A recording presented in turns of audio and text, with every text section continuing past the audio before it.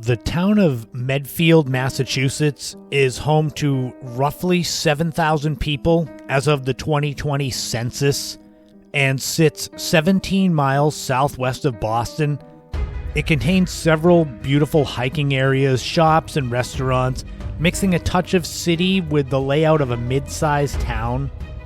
Medfield is also home to what might be the creepiest place in all of Massachusetts. For a century, a campus existed in town, but this was no college. A hospital existed in town, but it was not purely medical.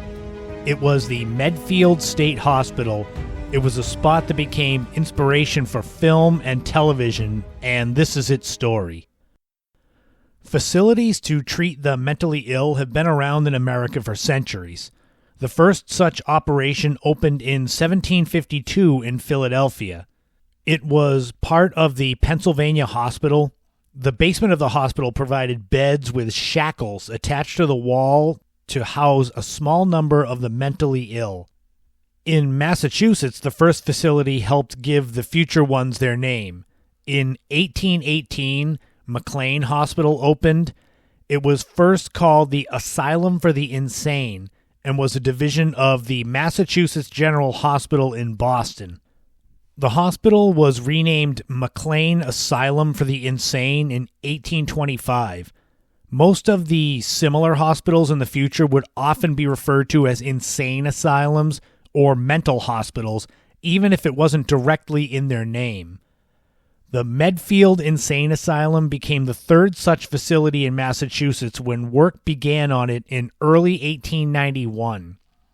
The initial plans were to have 25 buildings, 18 of them housing 1,000 patients in a self-contained cottage-style campus. It was to be the first asylum strictly for the long-term care of high-need chronic patients. The money appropriated for the project, about $500,000 or close to $14.5 million today, was not seen to be enough. The Massachusetts State Inspector feared the buildings would be built on the cheap and could be fire traps.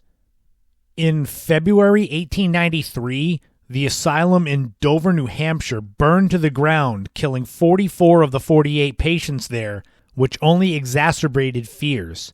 The project was temporarily put on hold to further iron out the plans. The buildings of the Medfield Asylum were of red brick with walls 12 inches thick.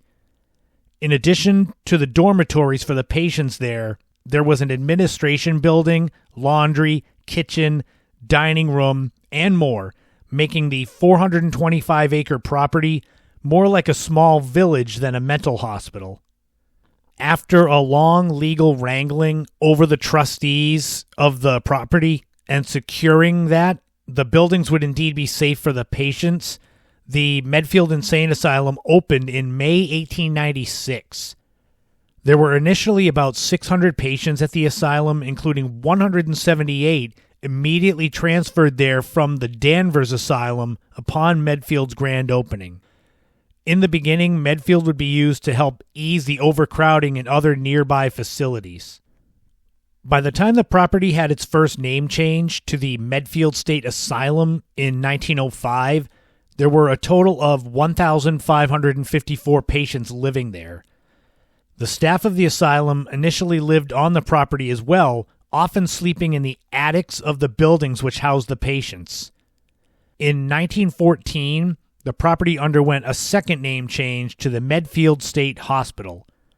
The property's superintendent, Edward French, said at the time that the name change was necessary as any intelligent patient there might feel hopeless living in an asylum. Name changes aside, there was a problem that needed correction, and that was the lack of restraints on some of the violent patients. In 1912 alone, several nurses on staff were injured via attacks from violent patients not properly restrained. Not all of the people living at the Medfield Hospital were dangerous, though. In fact, many would only be there for a respite and be released and even find jobs in the private sector. Despite that positive news, the small town of Medfield was continuously at odds with the facility.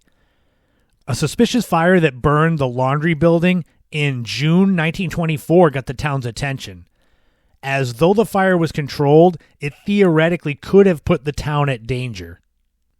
Patient-on-staff crime, vice versa, and patient-on-patient incidents were frequent. The first incident to make the news was the September 1916 beating death of patient Camillo Strazzullo by attendant Wesley Linton. Linton would be found guilty and spend 3 years in prison in Dedham. As incidents increased over the rest of the decade, staff encouraged swift prosecution for violence against patients. At the end of the 1910s, the property expanded to a total of 609 acres of land abutting the Charles River. On the west end of the property, a cemetery was built to accommodate the remains of the many inmates who died during the Spanish flu pandemic at the end of the 1910s. And that cemetery still exists today. Eventually, the campus swelled to 58 buildings, including a chapel. The incidents of violence inside the Medfield State Hospital were exacerbated during the 1930s and 40s when the facility's population was at its highest. It became a problem of overcrowding as the number of patients topped 2,300. Incidents of murder increased, as did the escaping of patients. This included 3 men stealing a car in November 1935 and making it to Dedham before being apprehended. Otherwise, it became routine for patients to wander off and into town, as the hospital was basically an open campus with no outer walls and no guards. Shock therapy came into use in 1938, initially killing 2 test patients. World War II strained the staffing at the hospital, leading to more competent patients helping out to care for the less inclined people and the property itself. Major changes for the Medfield State Hospital began in the 1950s. The reintroduction of lithium as a psychiatric medication in 1949 led to a revolution in terms of medications and treatments of those suffering from mental illness. Lithium, used for mania, got the ball rolling, but it was chlorpromazine, brand name Thorazine, which came along in 1949 that changed the game. It was popularized in the early 1950s. Other drugs like imipramine was one of the first antidepressants, and that came along shortly thereafter. These medications then allowed more patients living at the asylums to be sent home. Those that did stay in the facilities were far calmer, and the campus at Medfield began to resemble a college rather than a busy subway station. Medfield garnered praise for its rehabilitation program under the leadership of Dr. Harold Lee during the later 50s and early 60s. Change continued as Congress in the early 1960s passed a law stating that asylum patients needed to be kept under as little restraint as possible. Changes in policies, coupled with more patients being allowed to lead relatively normal lives outside of the walls of an asylum, eventually led to the closure of some such facilities. During the 1970s, some asylums began seeing a little use as correctional facilities, and some feared that Medfield might follow suit. However, it was a far worse fate that began to be discussed. The choice was bandied about of either closing Medfield or the Westboro Hospital. The population dropped at Medfield, and some of the buildings on the campus closed. Calls for reform of policies at Medfield had begun in 1966 and came to a head in 1984 from the Massachusetts Mental Health Department. The population continued dropping until it was at 200 in 1989. It was at this point that the property finally became fenced in. A major reason was due to an influx of patients from the Bridgewater State Hospital for the criminally insane to Medfield, which worried town's residents. During the 1990s, the campus was deteriorating. The property's wells were taken out of service, and the town supplied it with water. Also, mothballs were used in some of the buildings to try to stem the deterioration. The writing was on the wall, though. Slowly, parcels of land were donated to the state for conservation. Talks of closing Medfield State Hospital had been ongoing for years, long before word officially came down in 2002.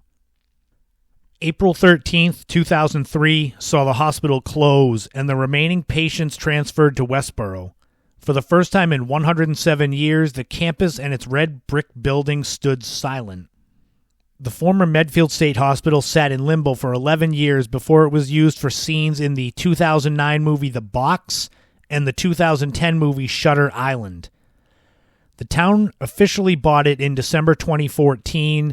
A total of 127 acres was purchased for $3.1 million. Though it might eventually end up as subsidized housing, retail space, or something else in the not-too-distant future, currently it is possible to walk the grounds among the creepy yet beautiful old buildings of Medfield State Hospital. There have been numerous accounts of paranormal activity on the grounds, and the property as a whole lends itself to something out of a horror movie.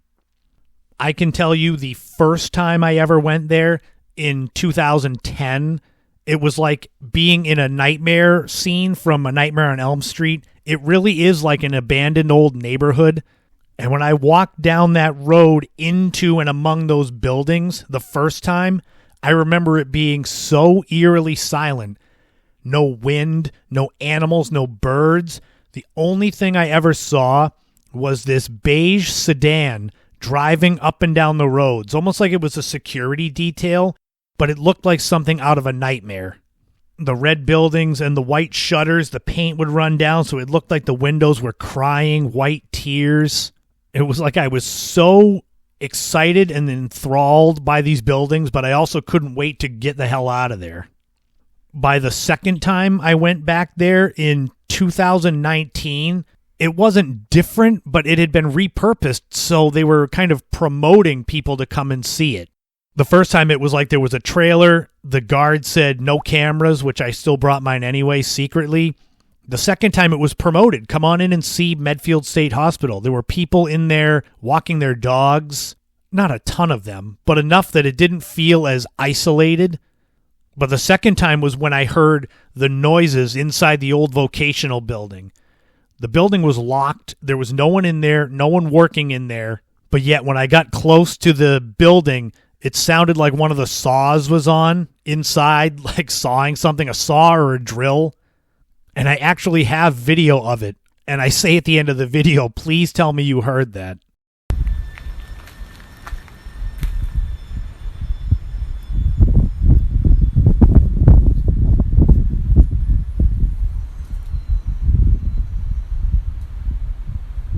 Tell me you heard that.